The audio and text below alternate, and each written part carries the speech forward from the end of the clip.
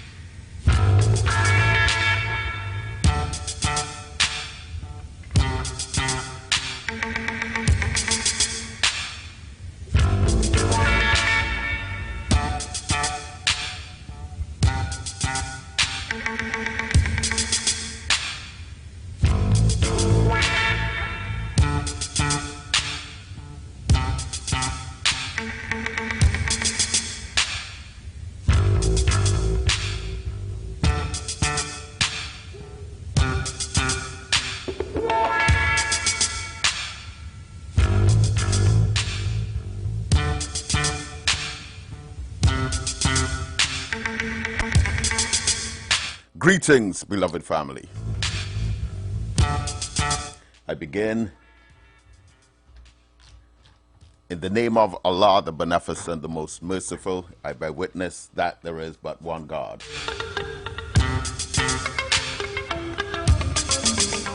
Welcome to the Black Agenda here on the Street 919 FM. I am Brother David Muhammad, and I'm going to be in studio with you up to 9 o'clock this morning. And in a short while from now, I will open up the telephone lines and take your calls on 342-0081 and 466-5391.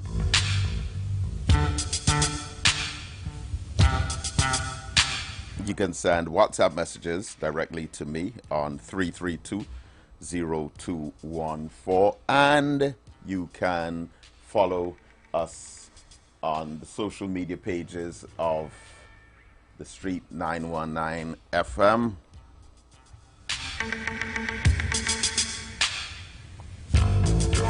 So, let me say Happy Independence Day in advance.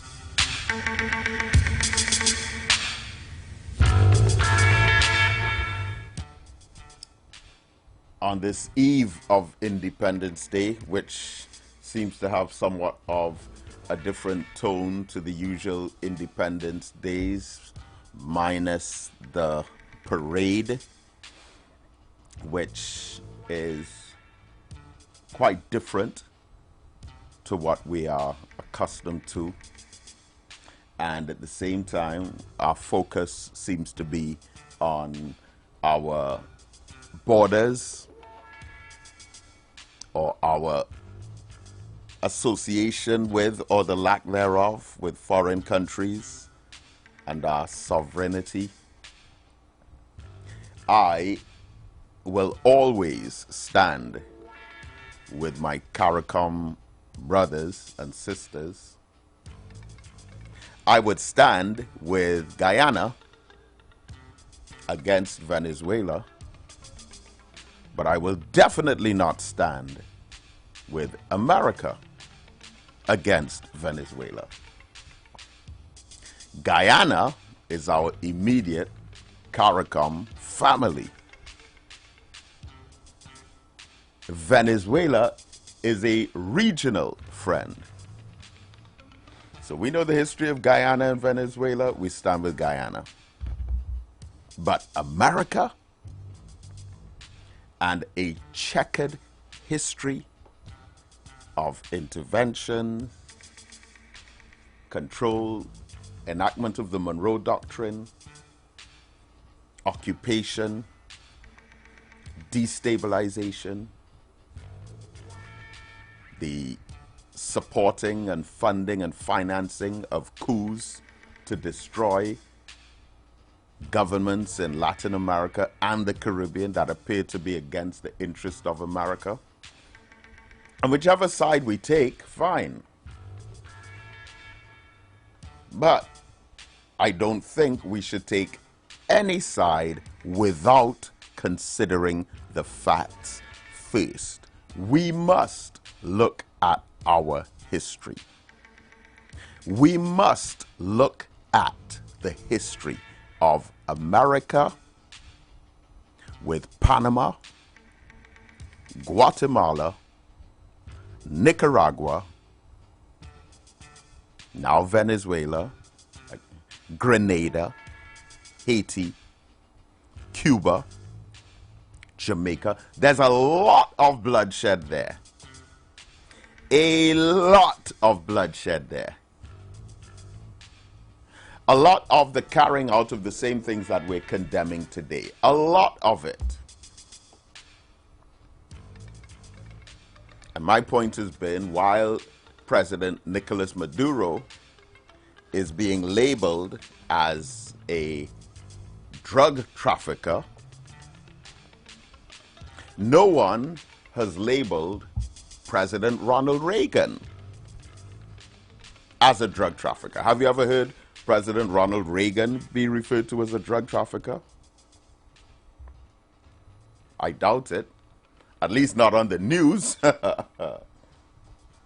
But under President Ronald Reagan, the American government officially engaged in drug trafficking to fund the Contra rebels against the Sandinistas.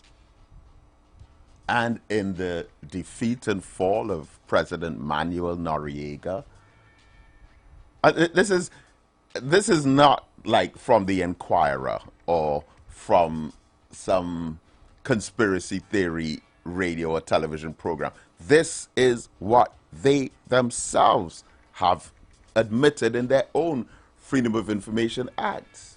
If they would argue, they did it for a good cause, because they had to generate funding to support these foreign regimes that were trying to, or foreign groups of insurrectionists that were trying to overthrow legitimately elected governments that were opposed to America's vital economic interest. And in order to raise that money, drug trafficking was done. Read the testimonials of Oliver North, top United States American military official. All of this is out there. But the label will not stick on America as a drug trafficker. So how has it so easily stuck on Nicolas Maduro of Venezuela without us even knowing what the facts are?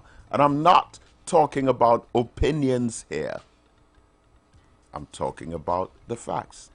The so-called silent wars. The government of America trafficking illegal narcotics to fund counter-revolutionary movements. It is a fact. Now, tomorrow morning at the Kwame Ture Center, 11 o'clock, my lecture is entitled Earth in Crisis, and we're looking at a detailed history. A detailed history of American destabilization activity in the Caribbean and Latin America, the different presidents that were involved, the different insurrectionist groups that became governments. Perfect example is Chile. Augusto Pinochet. You know, I was looking at an episode of that television show Breaking Bad about drug trafficking and manufacturing in America. And one of the lead characters was actually in the show, one of the lead characters, he was from Chile. And there was a scene where, because he was running like a restaurant, and there was a scene where the detectives were talking and saying, but he's from Chile. We did his whole background check. We did his whole background check. And there's no record of him existing in Chile.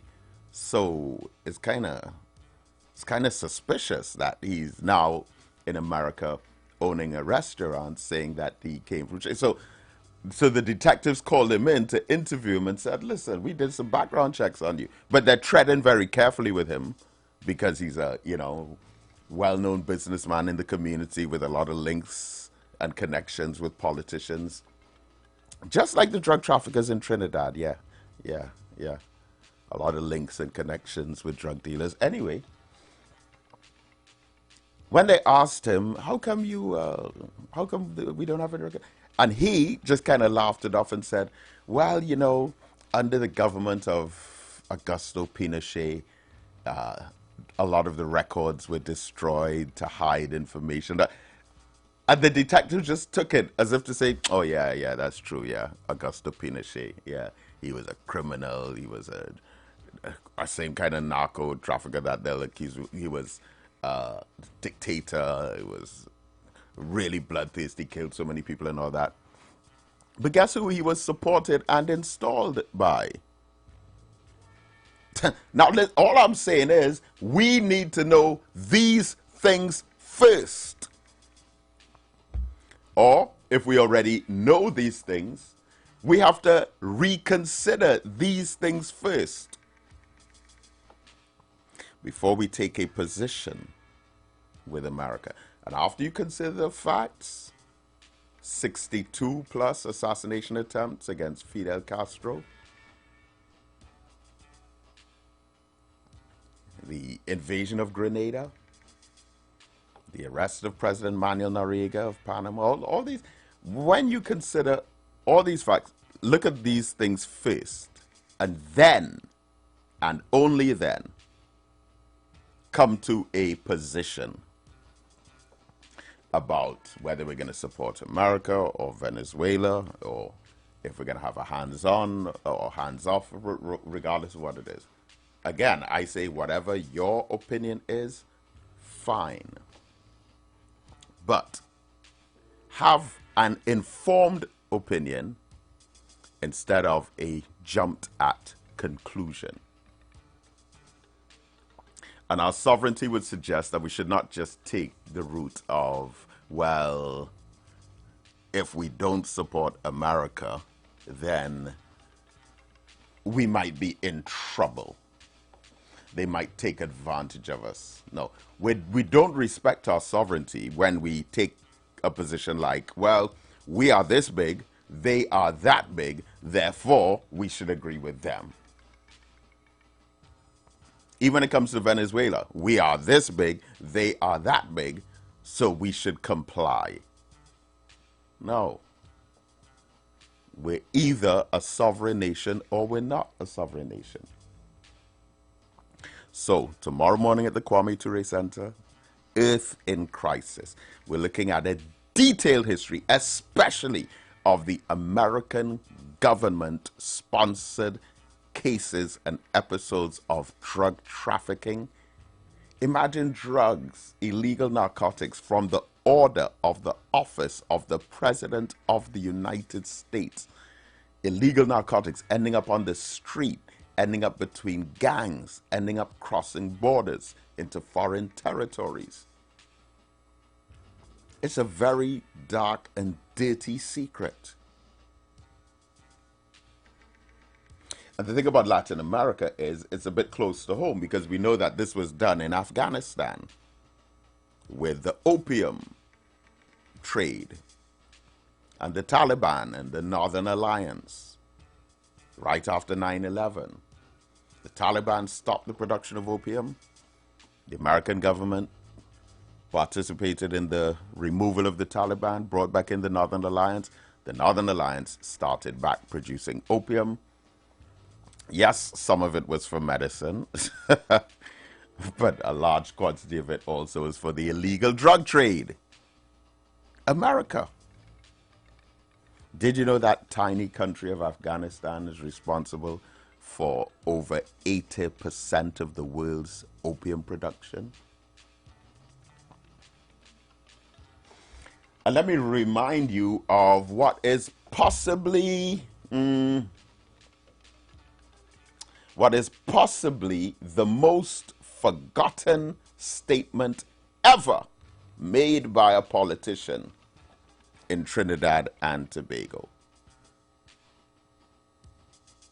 Possibly, because we have terrible collective short memories. What is possibly, think, beloved.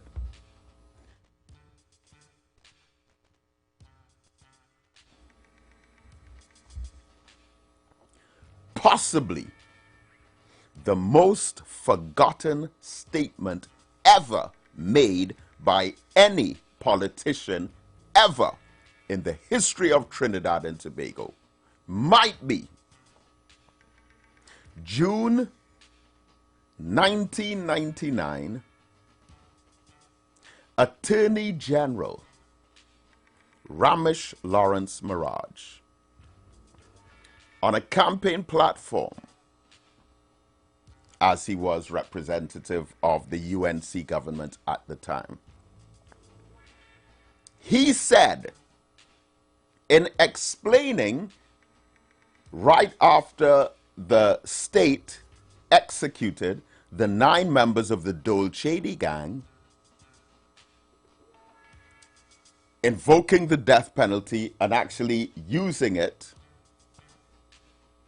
And the Attorney General was responding to threats from the British government to withhold aid from Trinidad and Tobago if Trinidad and Tobago continues with its death penalty and these national executions. And in June 1999, Attorney General Ramesh Lawrence Maharaj, in a public statement on a political platform, explained, he said, that aid goes both ways. Not only do they aid us with what they're threatening to withhold, but we also aid them in facilitating the illegal drug trade through our region. And this assists in being a buffer against the illegal narcotics trade flooding social life and communities of young people and the youth cultures in America and Europe. And here you had a sitting Attorney General. He was not an opposition politician. He was a sitting Attorney General. And he's explaining, because the focus was not on the drug trade at the time, the focus was on justification for the execution of the Dole Chady gang. And here the Attorney General was saying, in June 1999, yeah, they could threaten us to withhold aid, but we are also aiding them by facilitating the drug trade, the illegal drug trade through our region. So you have Peru and Colombia through Venezuela, up through Trinidad and Tobago. Now, this leads us into the research of the great Dr. Darius Figueroa and his exposure of mega top-level drug lords, of which he points out that none of the top-level drug lords in Trinidad and Tobago are Africans.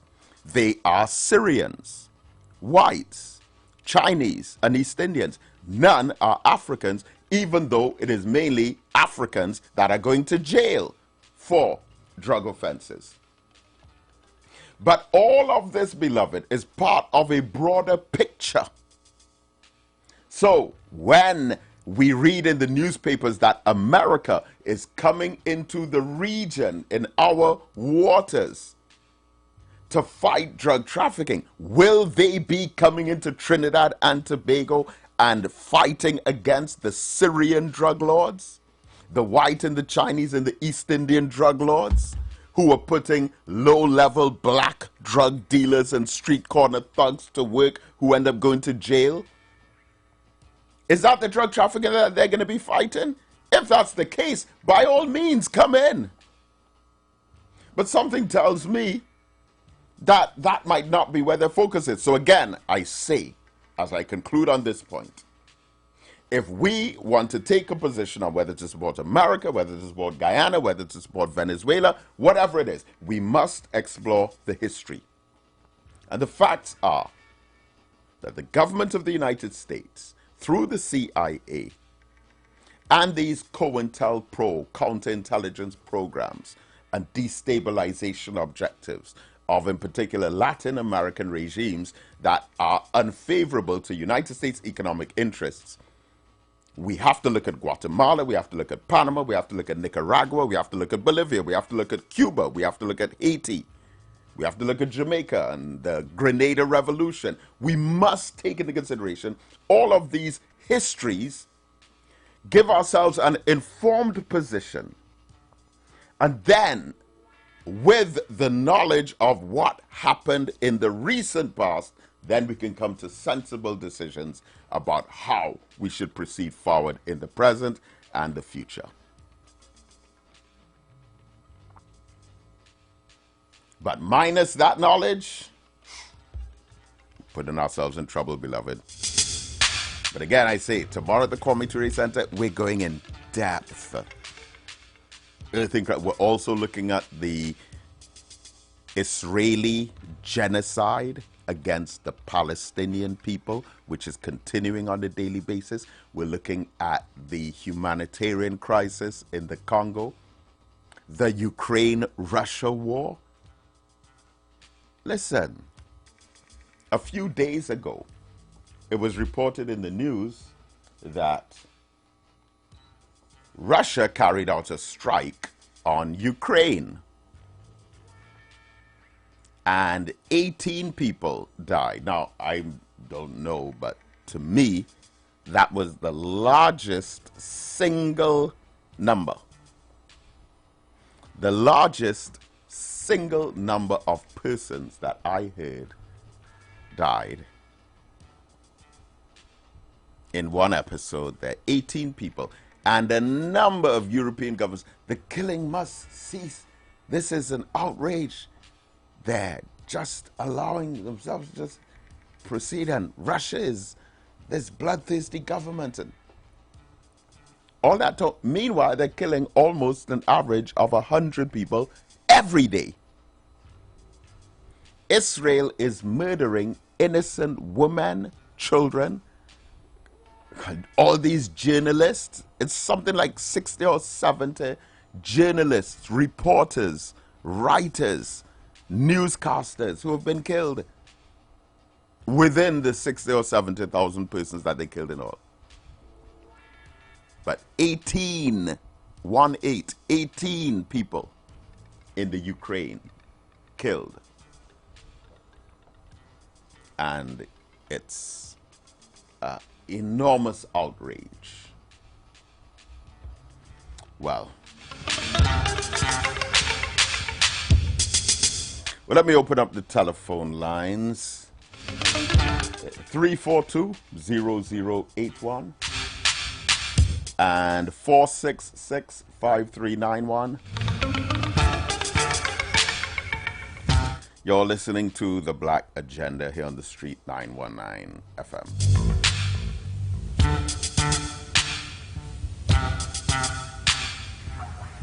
Let's go to the line now. Bear with me. Oh, okay, right. I think I'm hearing you. Caller, good morning. Yes, assalamu alaikum. It's Hakim Mohammed. Walaikum salam. Am I good? How are you doing? Alhamdulillah. I'm good, thank you. Yeah, that's good. That's good. Peace, brother. With Martin Noriega. Yes. When he went into the Vatican Council, what do you call it again? When he went in, you know what it is? Those music box, the Americans there, and they start to blast music. Yeah, rock music, loud rock music, to try to get him out of his palace. Yes, so they had the other. That's the you had to leave. You can't stay here. Nobody couldn't rest, do nothing inside. That's what they did to him. And if I think Manuel Noriega right now is finishing a jail in Paris, you know. In where? I think he's in. After he finished in America. Yeah, but he came out. I think he came out and went back in. I think he came out and tried to go back into politics. He went back into the same time, to Paris. Yeah. Because you see, he was charged and he was sentenced and this sort of thing. These Americans are not easy. But Brother David, you know, there's a saying. The elders who went before used to say, when you're young, you don't know what you're doing. And when you get old, you don't care what the hell you do. If you look at what is happening here in this country, this government don't care what they do. This prime minister don't care what they should do. You understand? And we have to be very, very careful. Listen, I just listen, you know. I just listen and think. Those two words from your spiritual leader and yourself. Listen and think. No, he says that you can't truth. That's like you can't lead truth. All this is, these people are speaking. Don't listen to what they're saying. Listen to what they're not saying. Listen to what they're not saying. Because I hear the Prime Minister said that she's going to allow the Americans to come here once they attack Guyana. She said it. You have to go back on the... if Venezuela attacks Guyana. Yes, if Venezuela attacks Guyana, she said it. And right, now, I can appreciate the sentiments of the support for Guyana. Right. I personally would want to stand with Guyana against Venezuela. I have no problem with that part. But I will not stand against Venezuela for America. The border dispute is one particular historical moment.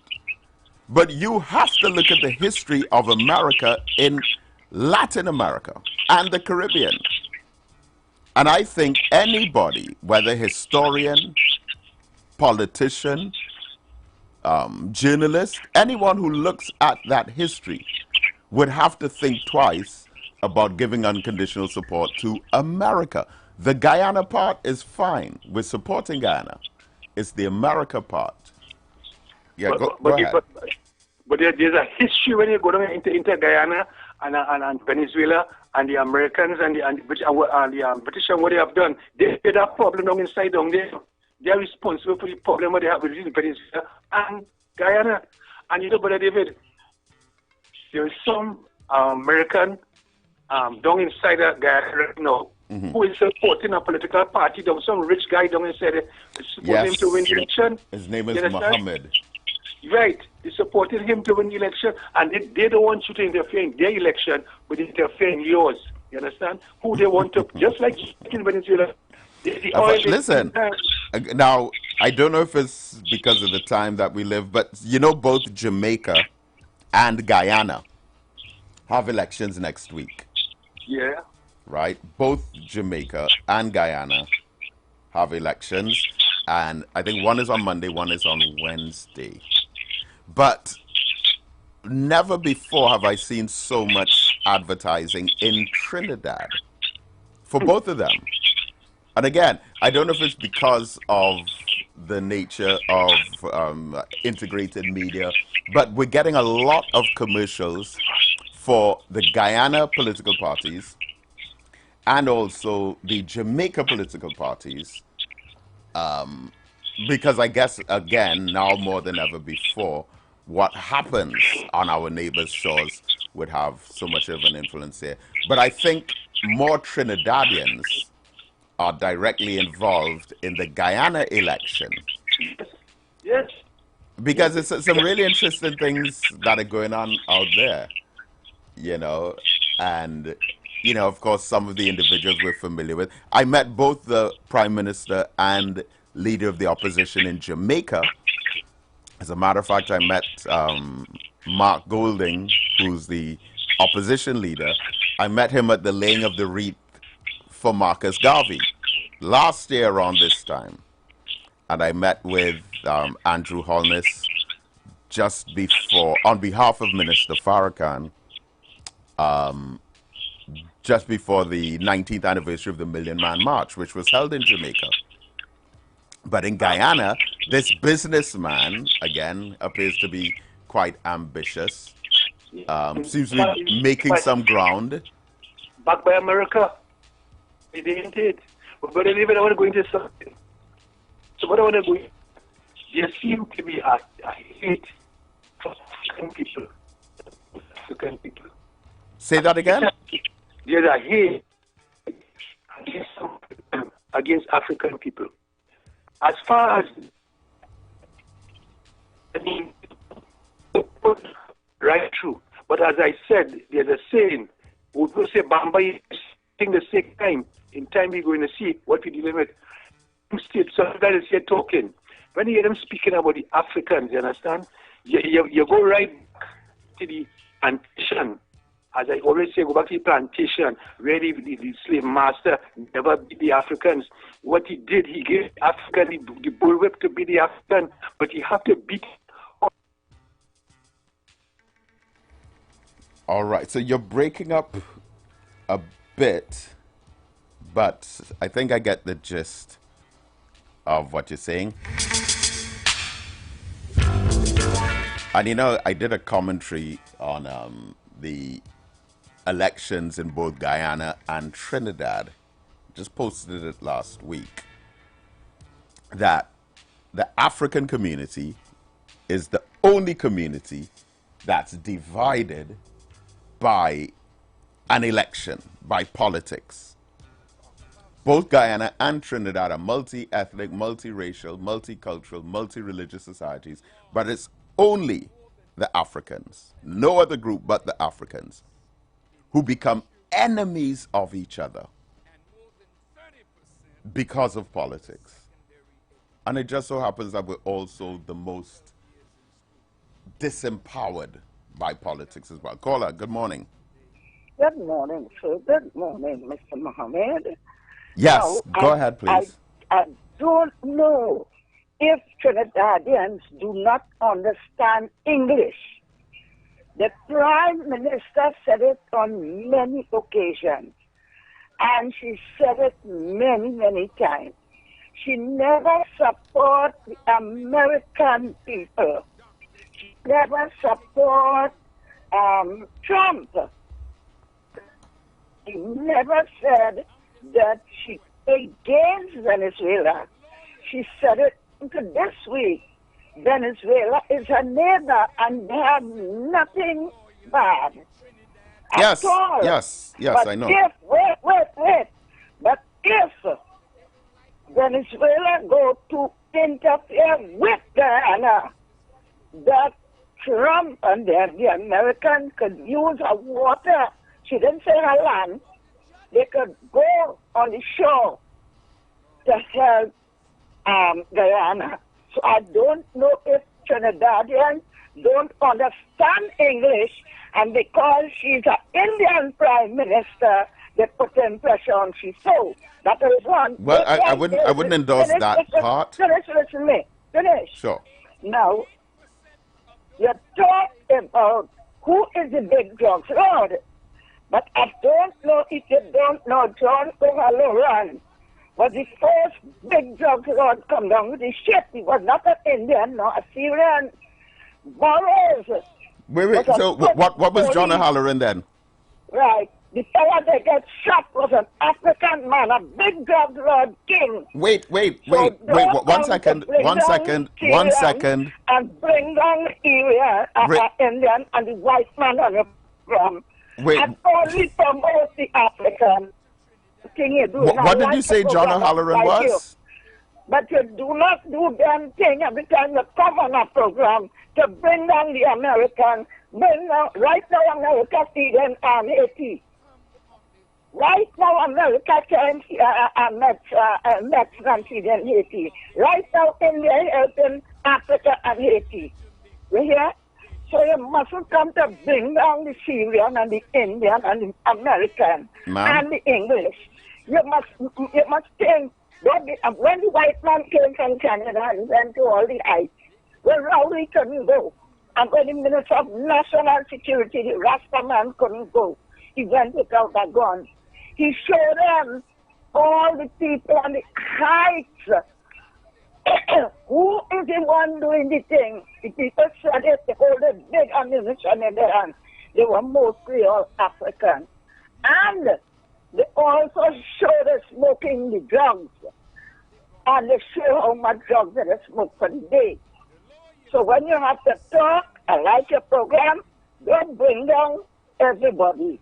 Bring down your people too when it comes. And when you say politics divide people, that's an Venezuelan.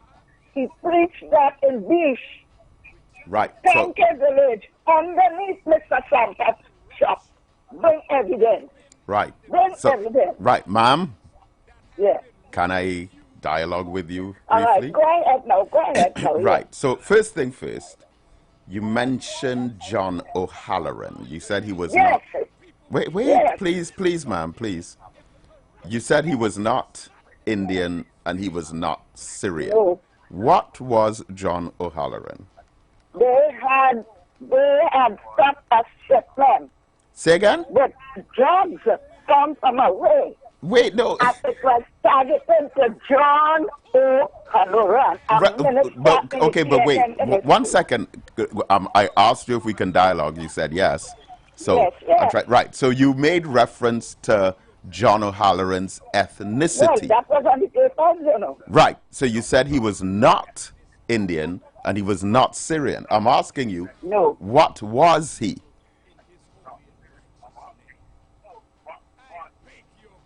Ma'am? He was African. Excuse me? Excuse, ma'am. And he was a PNM.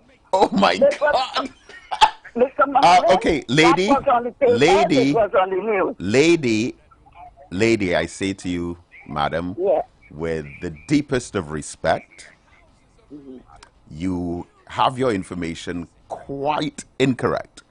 John O'Halloran was a white man. Okay? John O'Halloran. The news didn't say so. Arguably, no, come on, we're dialoguing. Please, Yeah. we're dialoguing.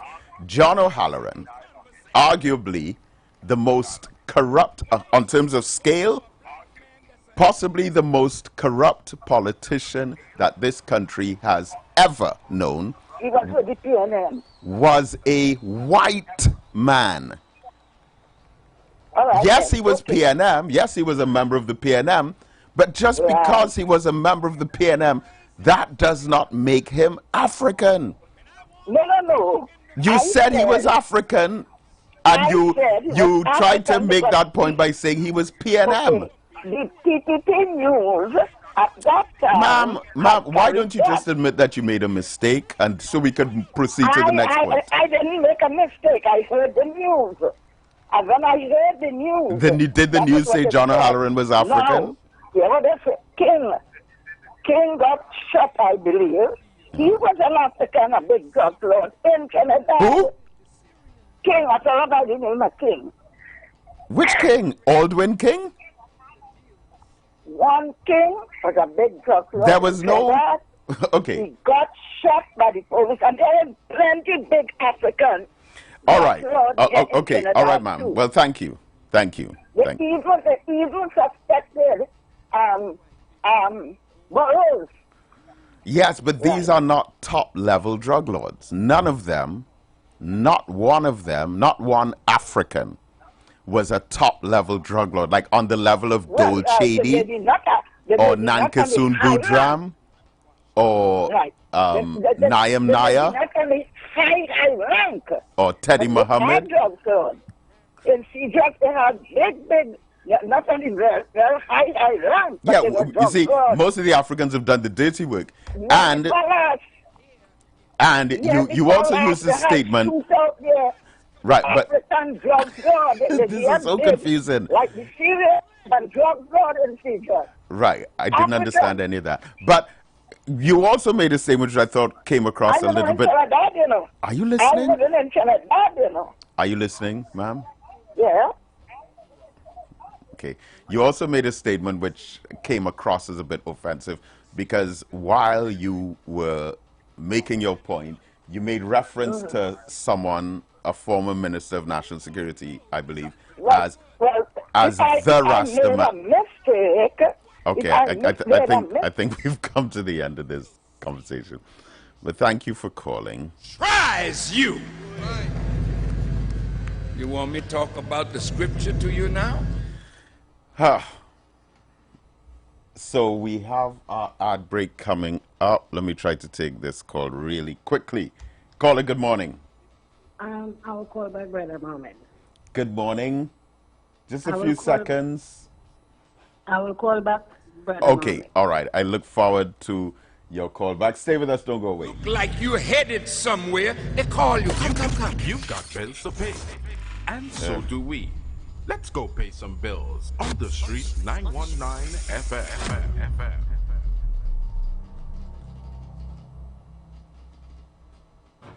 The time is now 8 a.m. This time check is sponsored by Lambeau Credit Union. Always here for you.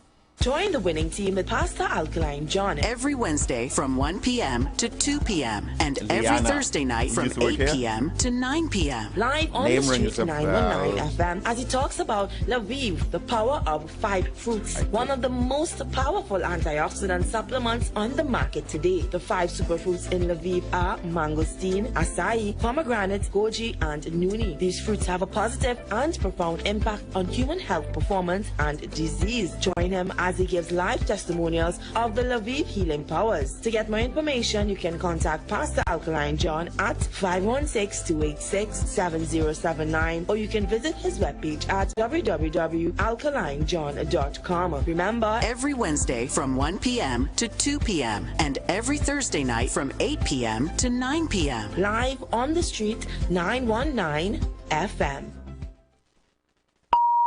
The views expressed are not necessarily the views of the management of the Street 919 FM. Craving the golden perfection of homemade fry bakes without the fuss? Lion Brand Fry Bake Mix, in its convenient, easy-to-use pouch, makes it incredibly simple. Just add water and yeast, mix, and fry for crispy fried bakes that are ready in minutes.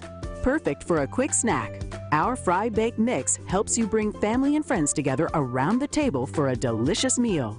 Share the flavor and create delicious memories with Lion Brand Fry Bake Mix.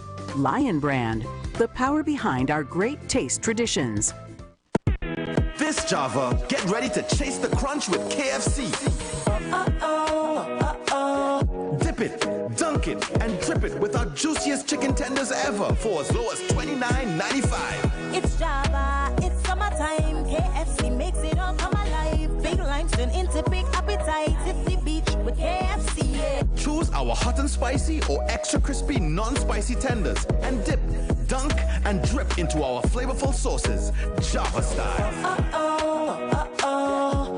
To the spice of the summer, let's go.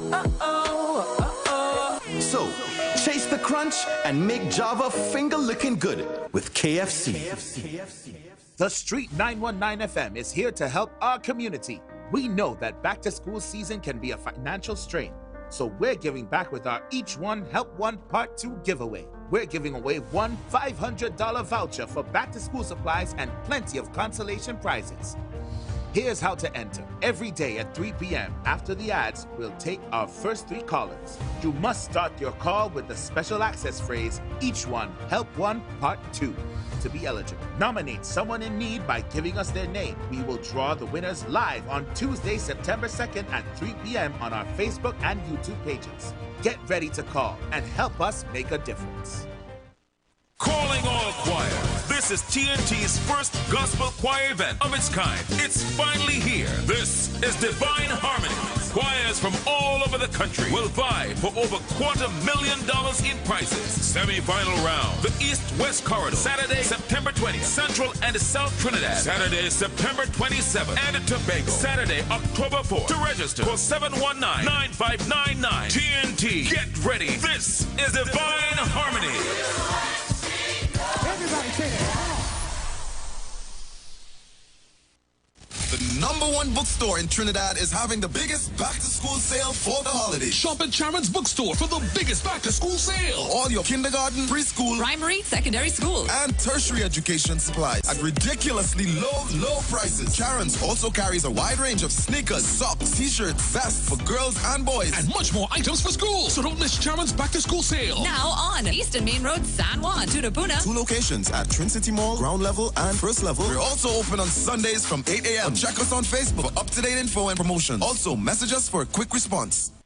Looking for a safe and relaxed professional massage therapist and nutritionist? Look no further.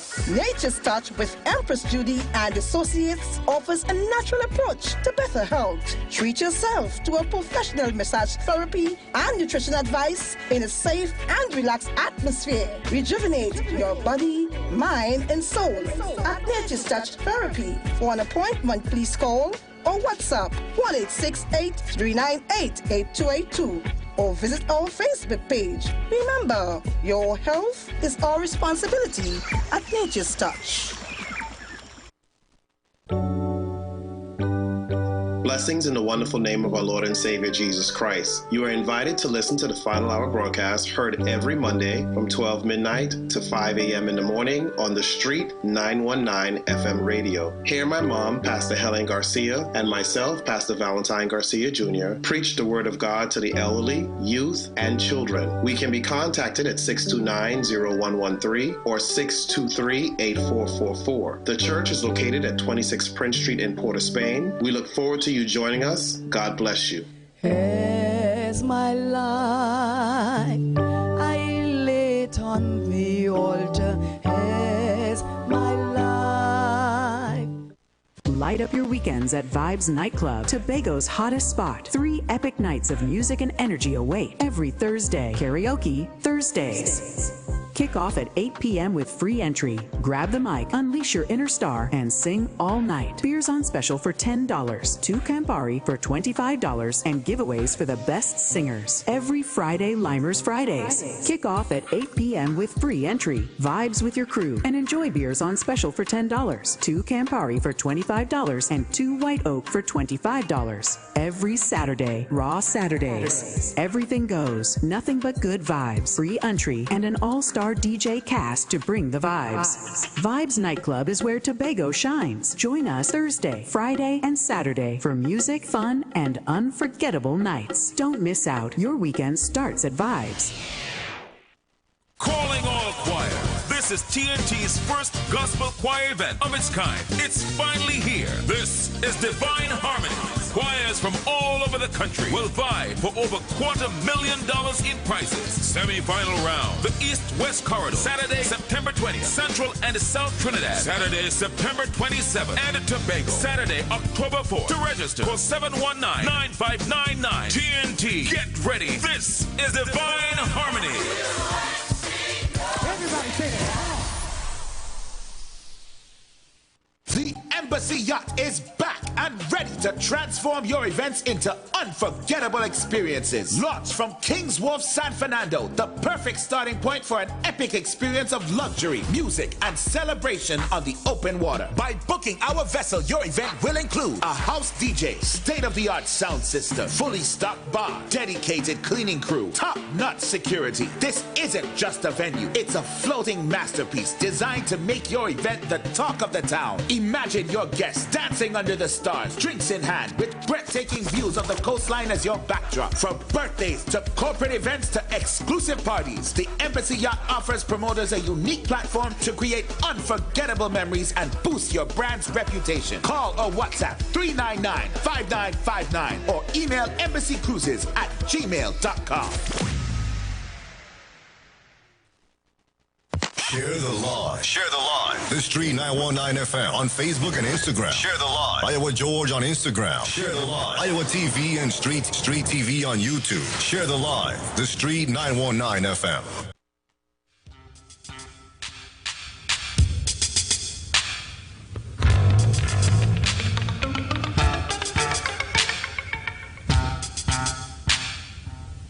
Brotherhood is required. Brotherhood is demanded. Brotherhood is obligatory.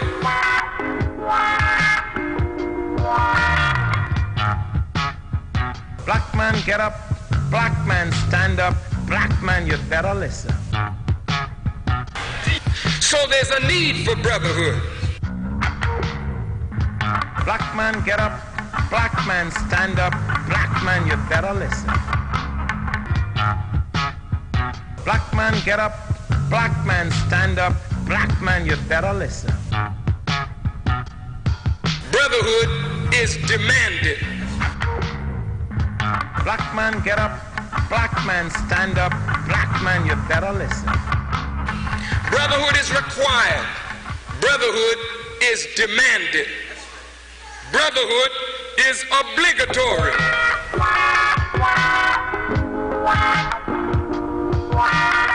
Brotherhood is essential, it is urgent, and it is compulsory.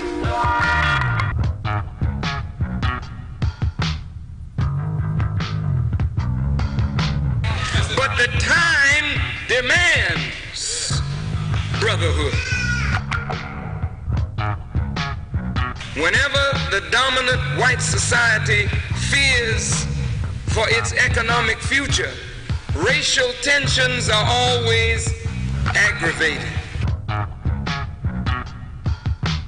The aim of Almighty God is to bring the black man and woman together. The aim of Almighty God is that we, no matter how divided we have been in the past, must experience unity in order to gain the success that we seek and the progress that we desire. There is no way that a divided people can build a future.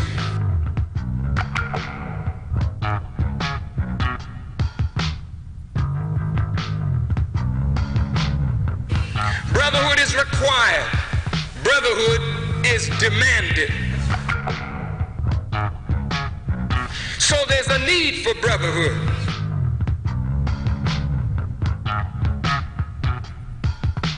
But if you walk the earth proud and arrogant, you never learn your lesson because you think you already know. And how in the hell could you know and be in the shape that we're in? How can there be any brotherhood if there's not even the honoring of a word? Black man, get up. Black man, stand up. Black man, you better listen.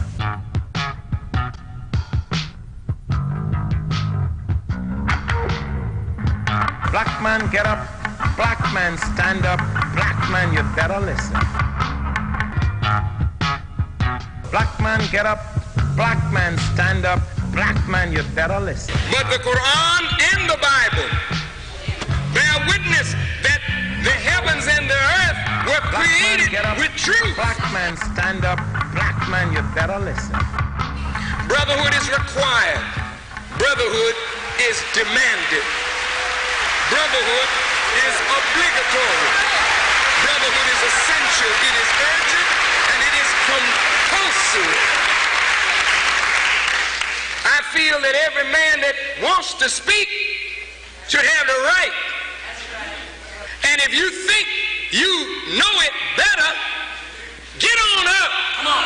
Yeah. And get on and do the job. Yeah. But if you don't know what to do, come on, and all your mouth is able to do is condemn and criticize, but you have no works to show the rightness of your philosophical adherence,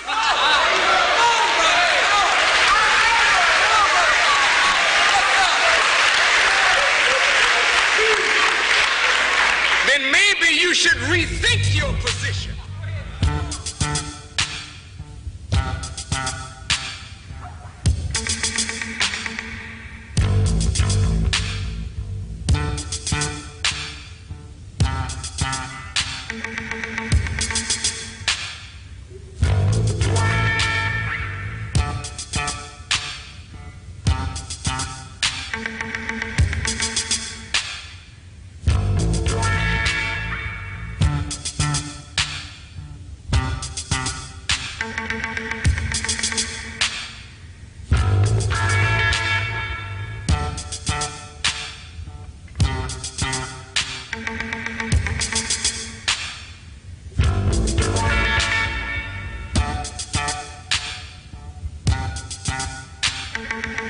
Welcome back and welcome to the second hour of the Black Agenda here on the Street 919 FM.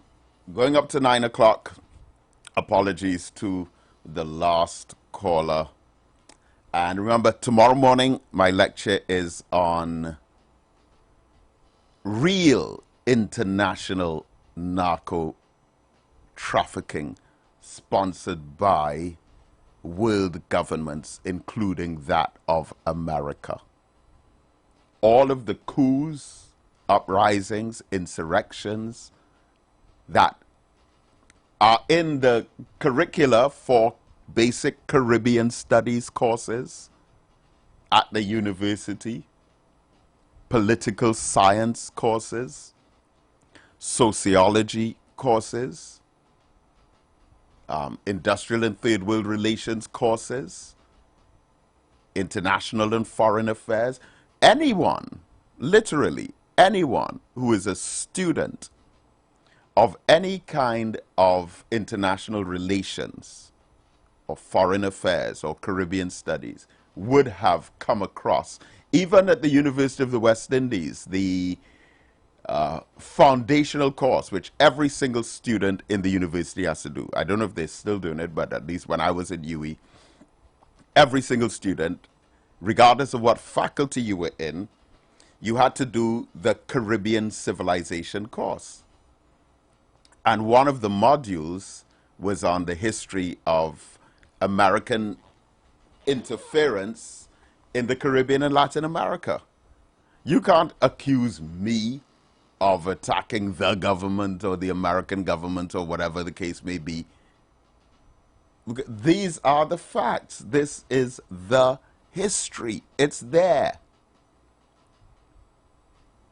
But we cannot conveniently hide and obscure certain moments in the evolution of the Caribbean region and Latin America. We cannot ignore it. We cannot pretend that it does not exist or did not exist simply because it doesn't suit our modern day narrative. All right, these are the facts. And my point is simple. I know many people in this country will unconditionally support the government regardless of what, and many people in this country will just attack the government regardless of what. And if the government and the opposition were to switch their positions, people would switch their opinions just to support who they favor. So we know that a significant proportion of the population, again, doesn't really think that much. But I am saying we must know so that we can make these informed, what have I done? These informed choices, okay? All right, so let's go back to our phones. 3420081 and 4665391. Good morning, caller. Good morning. Yes, sir. As always, I want to talk about stand your ground. Uh-huh. Now, there will be the firearm and dealers and range operators. They are going to set up a board. And the board is intended to replace the commissioner of police as current sole discretion to grant gun permits, gun license. Right. So what that means is the board will have discretion too. The board will be granting licenses too. Without the commissioner, the board could grant out licenses without the commissioner having the last say. Isn't that what it means? I'm listening. Right. So this stand your ground, it is political. It is not national in the sense that it was the PNL and the UNC who wanted to stand your ground. It was a UNC policy. And if you're going to set up a board, the board will be made up of UNC supporters. And why have a board? I mean, Gary Griffith gave out over 5,000 gun permits. And he never said it was too much work. So how come suddenly it is too much work for the commissioners? The point is, based on my assessment, is that they're going to give out plenty gun permits. Now, in the light that you want to get guns off the street, and when you say you want to get guns off the street, you want to take guns out of the hands of criminals, right? So with you giving out so much guns, not everybody who applies for a gun will have good intentions. You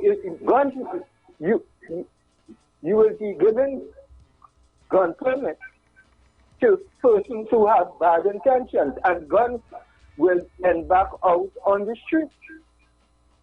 So my point is that the commission, if you have a board, and the board is giving out permits too, in the end, It could be over 50,000 gun permits. It could be 25,000 gun permits. No one knows.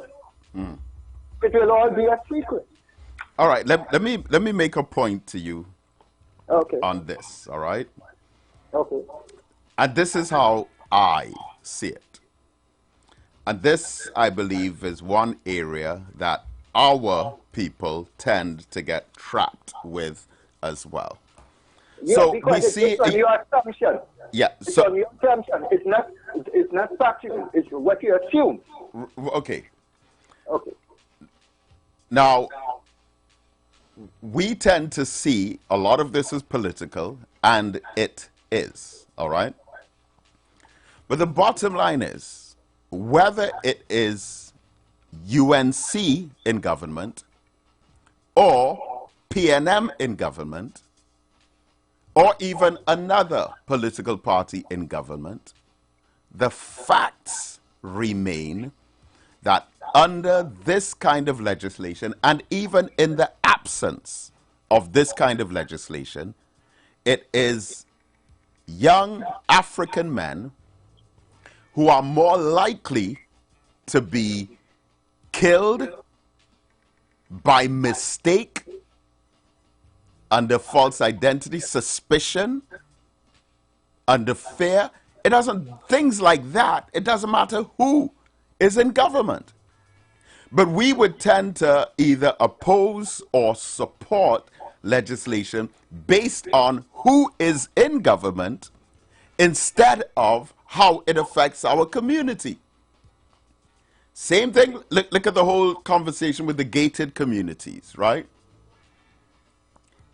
And, you know, I really have to salute this journalist, Akash Samaru, because during the last government, you know, every time he does an interview, again, the small-mindedness, they accuse him trying to bring down the government, Now, the UNC government is in, and he's still relentless in his pursuit of questions, and he asked a particular question about the gated communities approach, and he asked one of the government ministers, don't you think this might have a racial component in it? And I agreed with him 100%. Now, the government minister kind of dismissed it and said, well, when you're applying for a gun license... I don't have long, Michelle Cotto. Sorry? I don't have long with Michelle's phone. Oh, okay, all right. Well, you can listen off air. But thank you. Thank you for your call. Thank you for your valuable call. But even with the whole USA, Venezuela, and international sovereignty discussion, the bottom line is that in general,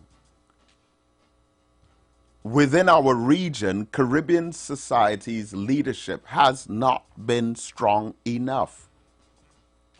Because right now, the current government is under the microscope with its support and complicity with America.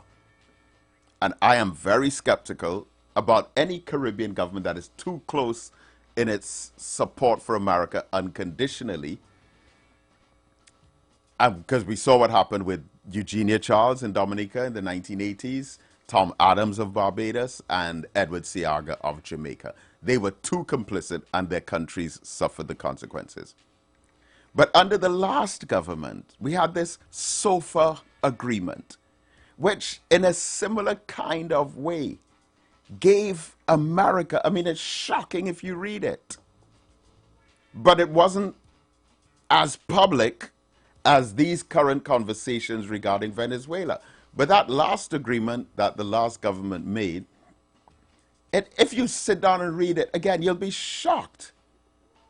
Because there are clauses in it that suggest, look, if the American military come into our countries, they basically have a kind of immunity from prosecution for almost anything. In other words, if you're an American soldier and you come into a Caribbean territory and you kill someone, it's highly unlikely that you will be charged.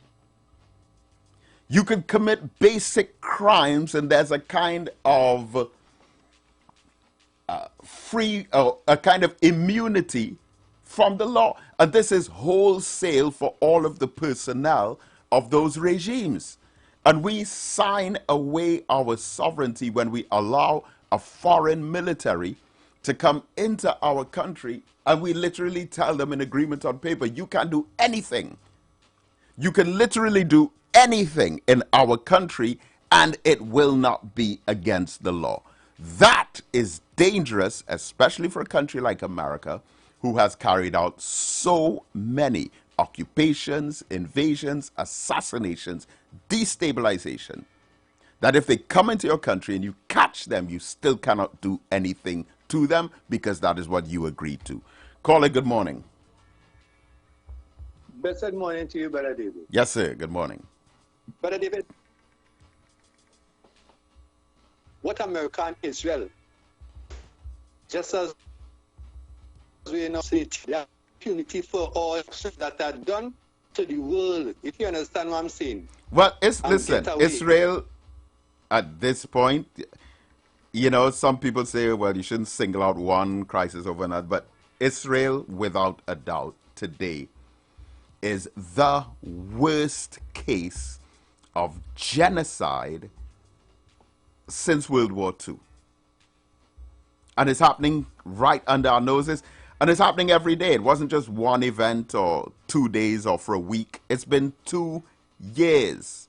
We're about to go into September. October will make it 2 years that a government has been killing almost 100 people every single day. And then they killed 18 people in Ukraine this week, and there's an outrage. Go ahead. Sorry. If you're no, this is what I am baffled about here right now. The Arab world is watching, like they are supporting what the Palestinians are going through right now, you know. Because here what I'm saying, why no Arab nation say let's get together and go behind Israel? You know why? Well, Iran did launch a military attack against Israel. Listen. You got that? Caller? Brother David, you heard me? Right, yeah, I lost you for a moment. No, I said Iran did launch a military attack against Israel in response. Well, listen. And then America got involved and attacked Iran. That was in response to what Israel was doing to Iran. Iran never tackled Israel first, you know. Israel will hit Iran first. Israel hit everybody in the Middle East. Yes, but we cannot deny it was within the context of what was going on in the Gaza.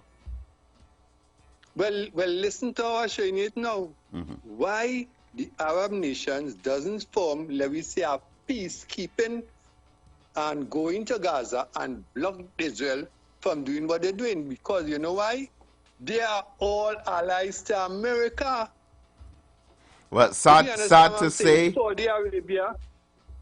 Sad to say, there is truth in what you're saying. Saudi Arabia, United Arab, all of them, they don't want to lose that prestige of being Muslims. Understand what I'm saying? And seeing Palestinians get slaughtered every day for the last 2 years. And none of them say, let's stop it. I think they are all in support of what Israel is doing to the Palestinians. Yeah, I wouldn't use the word support. I wouldn't use the word support. I know what you're trying to say. I would not use the word support, but I would say they have not been strong enough. Yeah, because you know why you wouldn't use support? They are not giving no arms and ammunition. Not only that, but they're condemning in their own way. Okay, look at this, right? And you have to give credit where credit's due. You have to give credit where credit's due. The government of Germany. Caller? Yeah. Right. The government of Germany, okay, said that they're going to stop sending weapons to Israel. Now, that's another thing that you have to think about. You see, Israel and weapons is like America with oil.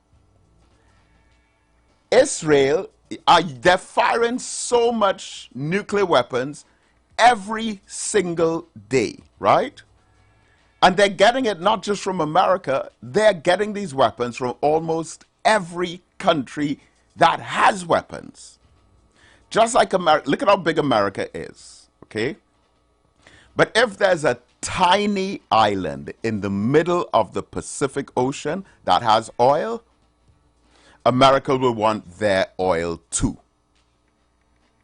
There's no country, no matter how big nor small, that has oil that does not become under the umbrella of America's vital interest. Now Venezuela have some of the biggest oil deposits in the world. Well, this is the last point that I'm making. And you cannot talk about America interfering in Venezuela without talking about oil. But oil hasn't even come up in the discussion. No, they want regime change so that they could get a puppet to go and give them all the oil. Thank you very much, Brother David. Yes, sir. Yes, sir. Thank you.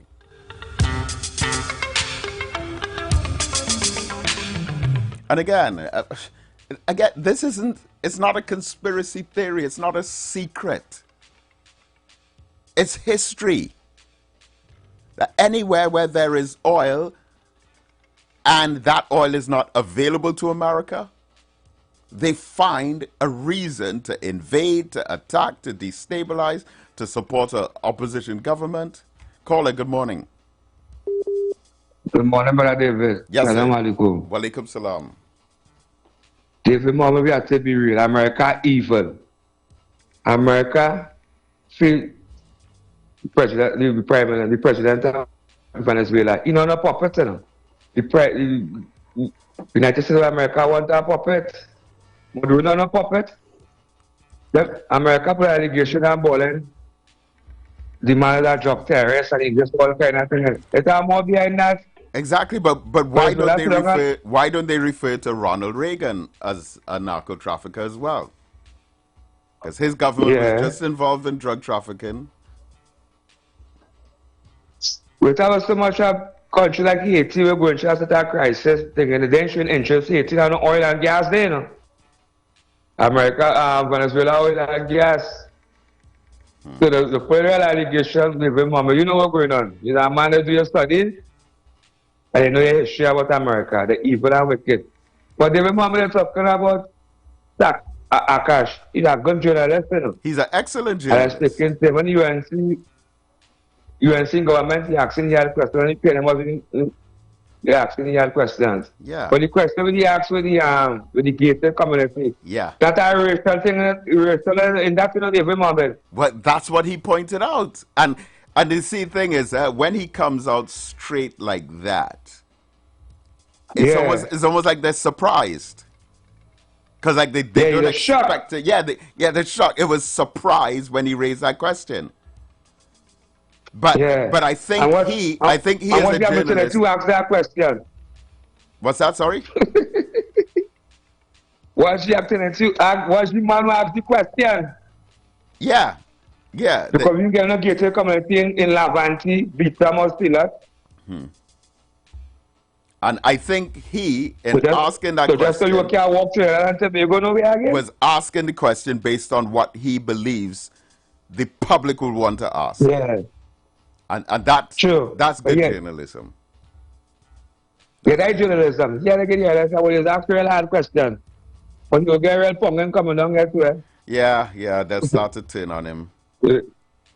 Yeah, I love to still bless. Yeah. All right, my brother. Bless. Caller, good morning. Caller?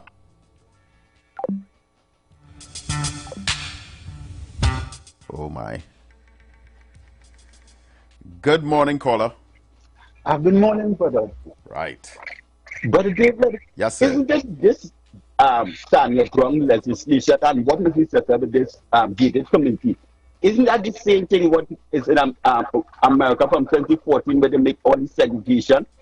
And I find it quite interesting in America, Trump is trying to mash up the blacks up there, and it seems that Mr. Sessa is doing the same thing. And when we look back right now in Trinidad, we had the abortion in that time. Where they said it was doing a lot of time that African women trained with tubes without their consent. Then basically coming, and it seems like basically this is a whole process of different things that is basically leading up to the, and we know how plenty of them things about African people in this country. We even had the Arima Mayor, what he said also. They created the tension when they didn't, he was supposed to be fair, and the people had the objection. So we have to look at what you're thinking and what we are looking at. Because I'm studying what is going on in America and what is going on in Trinidad, just as going on around the world. And I find that basically there are similarities in this thing. And I want to know why is that you're rushing down in that thing. I want to know what happened to all these gun cases that the past commissioner of police going on. The people need to check out that. Because basically as the family they get rid of her, and then we hear now about nearly 100,000 gun license was given out and all, what is going on. And then we have this rush of legislation. Now, I was listening yesterday on another station, and they stated that none of these consultations of stand your ground has been kept in none of the things. Only in the host said they were following it. And yes, and it's only in the UNC constituent. So then it's basically that UNC people are making now and expressing their racial hatred for different people they have. And they're coming to finding now ways to come now. You want to say that you want to create gated community. Where are you getting any money from for all these sorts of things, Brother Mohammed? And we're not getting the streets clean because the place getting grass. We have all the African slave problems. We have all kinds of other problems. And we don't know that there's going to be no investment in this country. So then basically what they think. I asked myself, I know Donald Trump had a party and he was giving out, you pay $1 million, and then he was giving out pardon to all kind of criminals who stole in the public's money. I wonder if basically some of these cases in America, you're maybe moving quite strongly that you could get them through. All these are things that we have to inquire, and I find a lot of people should be checking out all these things, Brother Mohammed. But this is a dangerous situation where we are heading, Brother Mohammed, thing here, because that could create civil war if they continue with this policy. We are signatory to the International Criminal Court, Brother Mohammed. I don't know why that basically that we are not reporting this, because in 2011, Ms. Bissessa said that people wanted to attack her and Ramlagan and all this sort of thing, and then you call the state of emergency. We saw what you do. And they come back in this time now again with the same story that this one and in prison. They just changed it now, it's from in prison and all kind of thing. We have all this evidence according to the Indian crime and up to the police, Brother Mohammed. You know, you have to ask yourself what is their motive and their intention, Brother Mohammed. And when you check basically what went on, genocide that go on and how it started, we can look at this basically as a stepping stone for genocide. So I think that basically our people should be more conscious in the fact and start looking to find out, getting more information, and then also looking at basically the United Nations, because we had the conference earlier on this year, I think, where Jeffries and the minority leader and all of the and them was down here, and then talk about those guns are illegal in America. Where did you get all these guns? Where is it? All those guns that were finding by cartridge sashes in Santa Cruz and all over the place. But I'm about to ask myself, you know, and a lot of people should be asking themselves the question and looking at what is going on, not at the moment, but what is going down the road. And let me just ask you something last. Yes, Brother Mohammed. Did you hear about the story in the news about the flood at the police headquarters? Yes.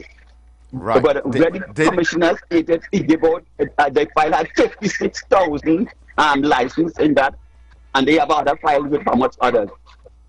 That's why I said, where is this rush and how, as a good thing that happened? Because how it is that you're giving all that amount of license and you're breaking records. We never had that amount of people, that amount of license. What it is all these people want all this license? They fear what? You just only have all that amount of fear if you're doing wrong, Brother Mohammed. And you're thinking, because if you're thinking pure and clean, Brother Mohammed, you ain't going to be having fear. But when you're thinking is something is wrong, then basically you have all those fear, Brother Mohammed.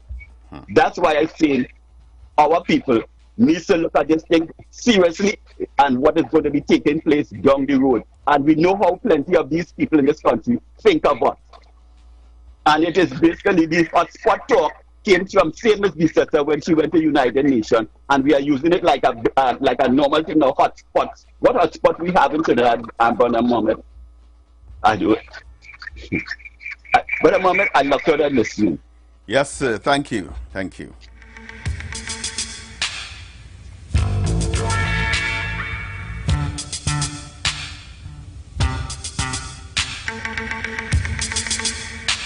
I just hope, and again, remember, I always think differently about these kinds of things. But when it comes to the idea of gated community, my first thoughts were us strengthening how we live as a community. Because as part of an organization, we live as a community. I'm talking about members of our organization.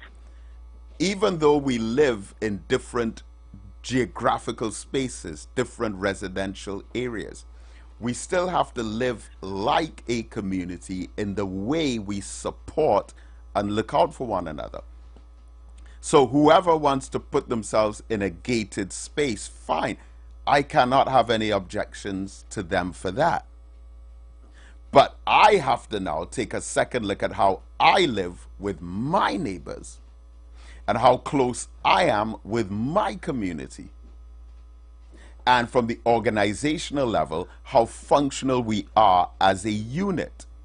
Do we have within our circle someone in law enforcement, someone in the protective services, someone in health, someone in education, someone in politics, someone in foreign or international relations?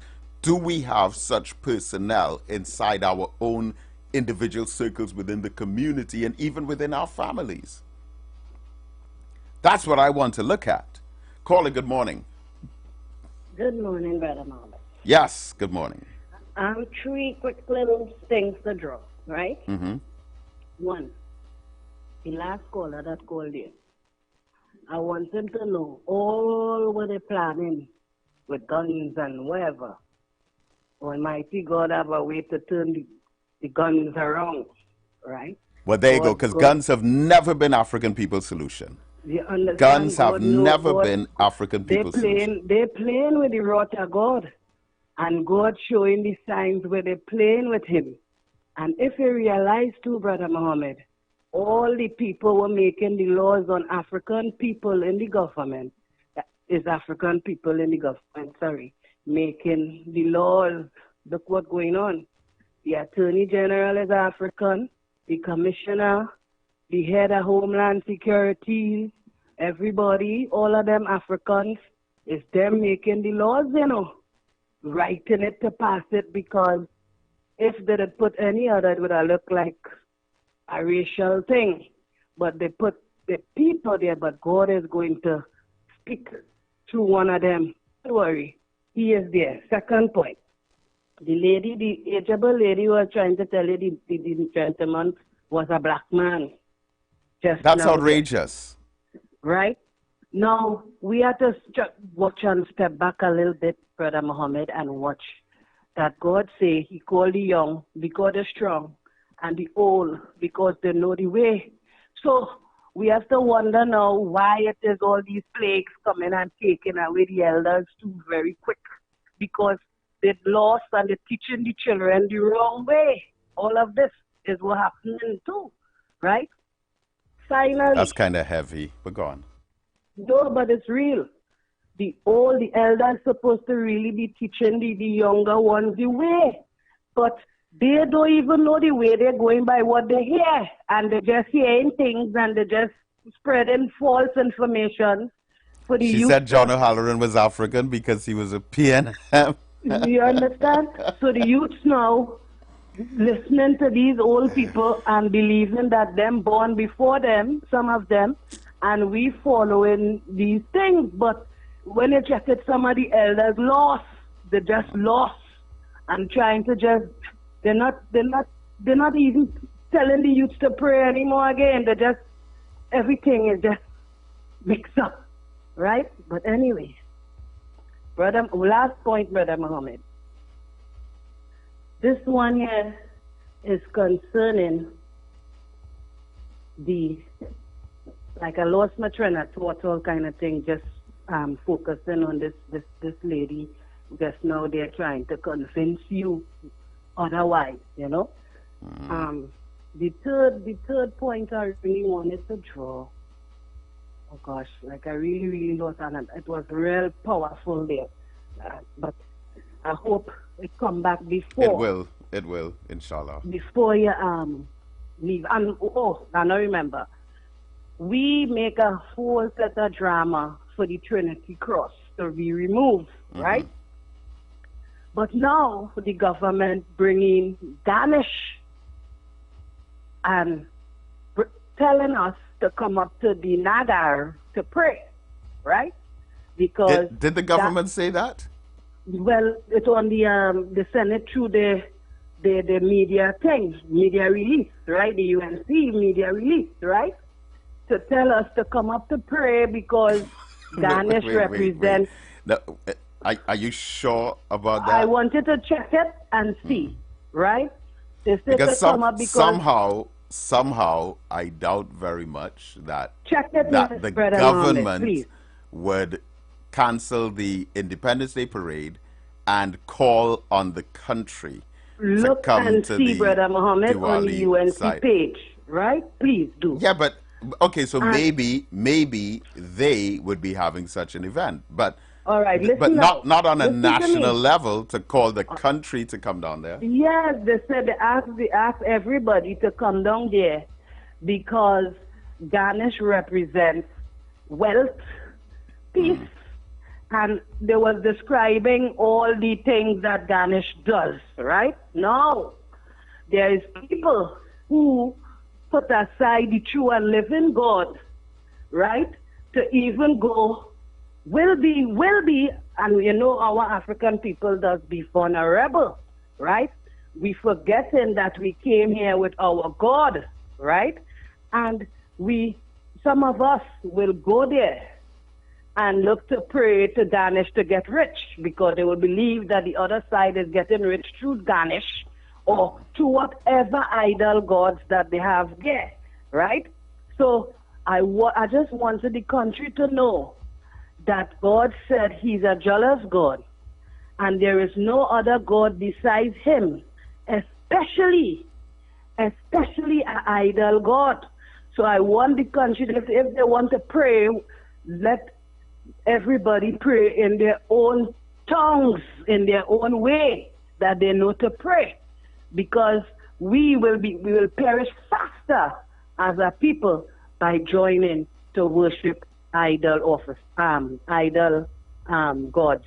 So I asking you to go and look underneath it. And there was a point again that an East Indian gentleman drew last night that is better you get away with the independence thing and let's join together in the Diwali thing, because the Africans could still get food to eat like free roti. That is on media right now. So I just praying to God, Brother Muhammad, that some African person really get led by God to lead his people out of the path, or into the path, of righteousness. Have a good morning. Thank you for your call. But, I mean, the current political climate is a ripe breeding ground for all different kinds of sensationalized propaganda, and a lot of it I think is worthy of being ignored. And as far as African people are concerned, I don't think we will perish because of the Lord Ganesh or whichever Hindu god there may be. We are still worshiping the God that our slave masters imposed upon us. Many of us came across here as Muslims, and they would kill us if they found we were practicing Islam. The Mandingos, the Hausa, the Fulani, the Wolof, African tribes of Muslims who lived in Africa under great power and wealth. We had kingdoms. We built libraries and universities in Africa and had crime-free Muslim societies. They could not have Africans as slaves who were still Muslims, because you cannot be a Muslim and a slave at the same time. You would rise up and bring down the system of injustice. So they imposed upon us the slave master's religion, which trained us to think in a way to tolerate oppression, tolerate injustice, tolerate the wickedness and brutality of the slave master, and wait until we die to get a reward. So I don't think it's the Hindu god that's going to do any harm to African people. It's what's going on in our own heads for acceptance of the slave master's god, which many of us still hold on to. And their names. Caller, good morning. Caller, are you there? Caller?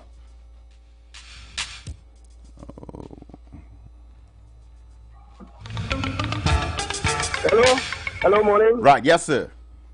Yeah, morning. Yes, good morning. I listened to your program, and I listened to the woman when she was talking. No, Brother David, why are you worried about when she say we name was an African man? Because that is the... I have to worry. Yeah, but I wonder why though. The reason I worry is because, one, that has been one of the most monumental landmarks in the history of political corruption in this country. John O'Halloran was one of the most famous politicians in this country in the 1970s and 1980s. Yeah, but David Mohammed, UNC made O'Halloran look like a joker in their corruption in 2010. Oh, so that's where you're going with this discussion. No, I wasn't. So in other words, it's okay that the public thinks that John O'Halloran was African, arguably by scale, the most corrupt politician that we've ever had, by scale, right? And it's okay for us to believe he was an African when he was a white man, for as long as we throw the attention back on UNC. No, big man, I wasn't going there. I just made that. Well, you just said it, but go ahead. Just now, I just made this statement to leave that day. I just leave that day, right? Because I want to talk to you concerning something else. I want to open. I can show you. I have no Indian brother, neither no Indian sister, because this is the way that they see us. I just see you African is PNM. So you as a so-called, I don't know who you is. Right, but why, that's the point you should be making regarding O'Halloran. But Brother David, I tell you, I wasn't going there. This is the point I was going to make to you. Right? You should have started off with that, but go ahead. I want to ask you this. Dr. Ekwele was a racist? In your opinion? Of course he was not. But why you allow that woman to continue saying that? And you know them they just chain up their people saying that he preached racism. And you allow that. Okay, so, excuse me? allowed and they never pulled her for that. She said Dr. Eric Williams was a racist. Well, I didn't hear her say Dr. Eric Williams was racist. I heard her say a lot of things. I didn't hear her particularly say that. But I have heard people say that before. And I have always challenged that strongly. Yeah, because, Brother David... And again, in order to... Now, let me make a point to you here. So, I'm sure you would have heard people say that Dr. Eric Williams was racist. And probably someone who I refer to as the most demonized politician in Caribbean history was Forbes Burnham of Guyana, who they also said was racist.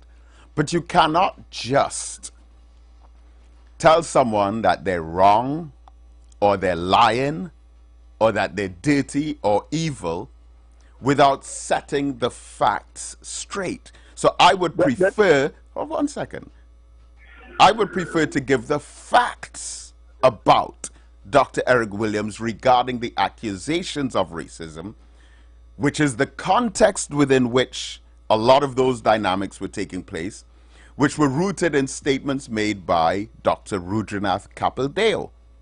Dr. Rudranath Kapildeo had called on East Indians to arm themselves against the PNM. And he had also opposed independence. Brother David, one of the things I just really disappointed with you with is the way that you just try to downplay when Indian people speak about African people. You have a way to try to downplay it and leave it to you just let it ride. Okay, all right. So I think I know who I'm speaking to now. Can you give me an example of what you mean? Yeah, let me give you an example. You know, like how he coupled them, say we said it, right? To arm themselves against PNM. Really and truly, he don't mean PNM, no. He just using the way that's called the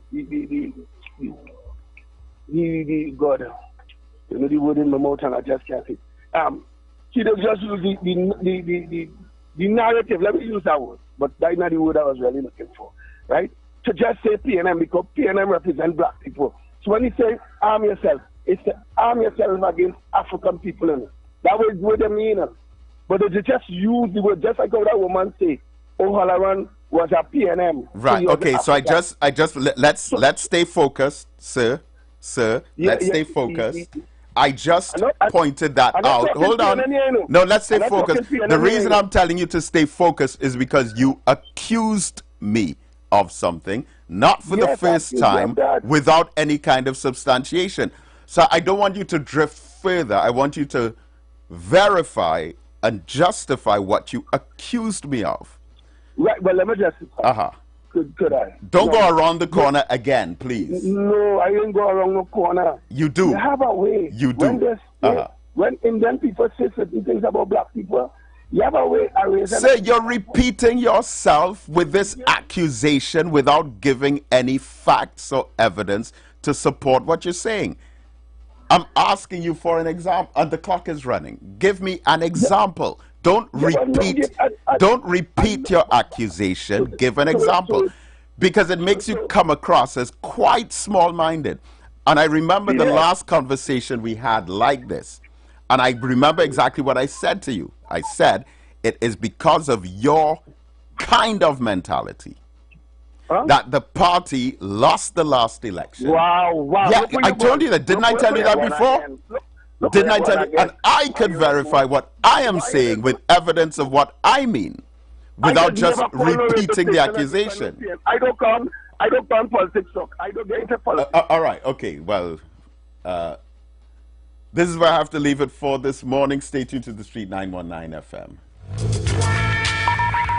The views expressed are not necessarily the views of the management of The Street 919 FM.